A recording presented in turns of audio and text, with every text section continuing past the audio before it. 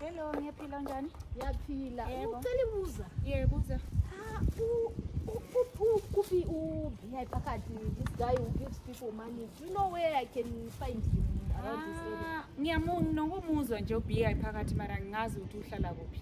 Oh. Yeah, nginokuzwa nje abantu bathi unikezana imali njani mara ngimazi ukuthi uhlala kuphi. I've been looking for him since morning. Hayi, angimazi.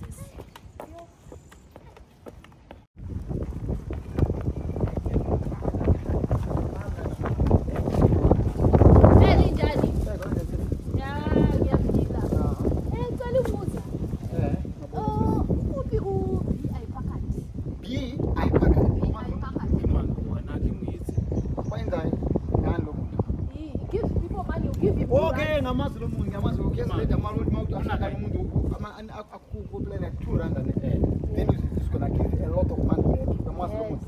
The rich guy man is a giver. Where can I find him? That's why you just to go around looking for him. Wakufunani kwena? Kunimali mara ngitola.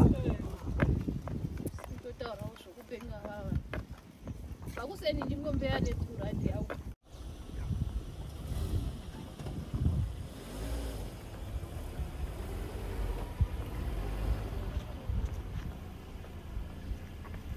Linjani kuthi? Yebo sisi. Cela ubuza. Yebo. Ukuphi uBI phakathi? Which areas? BI phakathi? Yes, this guy who gives people money. Angimazi mina, angimazi. Oh. Next angimazi. Okay.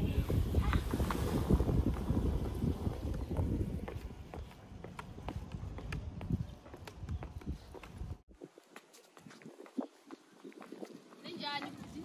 Manje sisi kunjani? Ngiyaphila. Cela ubuza. Ukuphi uBI phakathi? BI phakathi lo nikeza abantu imali? Yes.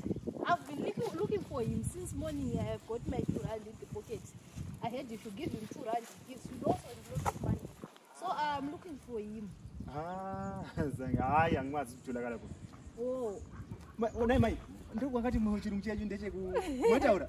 Ndisho kana noma kuthi. Hayi usada kuti makisa maya nditi hangotsvaga pese pese kutsvaga munongosanganawo naye mazviwa.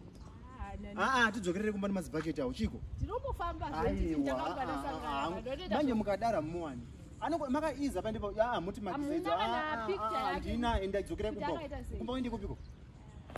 Chindi kumba tikuone futi mu street muno. BI pakati yomutasa. Kumeka